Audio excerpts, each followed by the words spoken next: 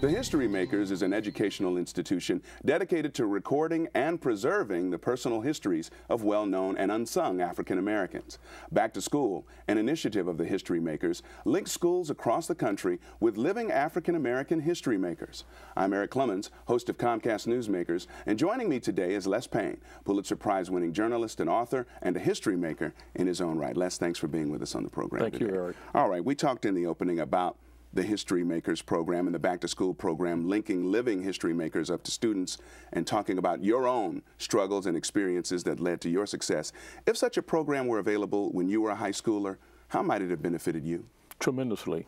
I mean, one of the missing presents for my generation of African Americans growing up in Hartford, in my case, though I was born in Alabama, was we didn't have role models, success role models, people who had achieved at the end of the line.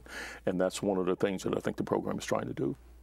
You are, of course, an accomplished journalist, author. You're a veteran Army Ranger, a distinguished professor. Is there a key factor, one or two things, which really led to your successful career? It starts at the home. It starts with the family. There's no question about it, which is one of the dysfunctionalities that I think we try to substitute for with this program. Reading is important.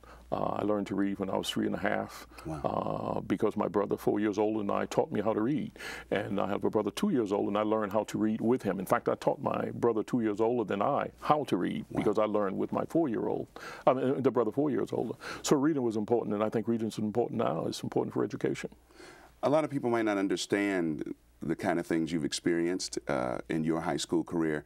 Is there a particular thing or incident that really spurred you on to academic excellence or a continuation of that when you were in high school? Well, yes, I went to Hartford Public High School in Hartford. From the 9th on. My family had moved here when I was 12 years old. And I would say that there were, I remember Mrs. Anderson was a teacher, my English teacher, who encouraged me. She told me that I could write, inspired me. Mm-hmm. But there were also people who, unfortunately, kind of was a disincentive in the sense that they tried to discourage me because they had low expectation for African Americans, which is what this program tries to overcome. There was a guidance counselor at Hartford Public High School who, when I told him I was an A student in math and science, that I wanted to be an engineer when I was in the 10th grade. He told me that I should abandon that dream because he said that I should pursue a field where Negroes at that point could get a job.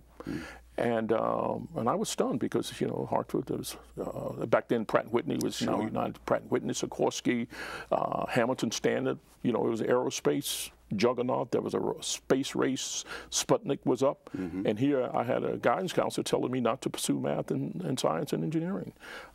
In my case, because of my family, because of my grounding, I ignored him. Although he wouldn't allow me to take courses, I ended up going to the University of Connecticut, accepted as an engineering student, and I stayed with engineering. And then I found out I didn't want to become an engineer. So that guidance counselor kind of signed you up then? Kind of in a negative way. Right. He signed me up because that's what I was taught in my family, is that when people tell you you can't do what you want to do, that you should really examine that. The bad part is that 90% of the people he told that to, African Americans, were in fact discouraged. All right, we got less than a minute left, Les.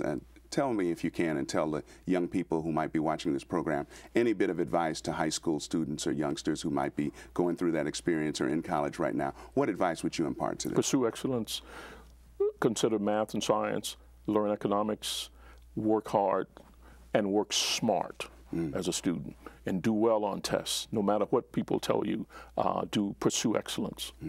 And certainly, how does a kid go about doing that?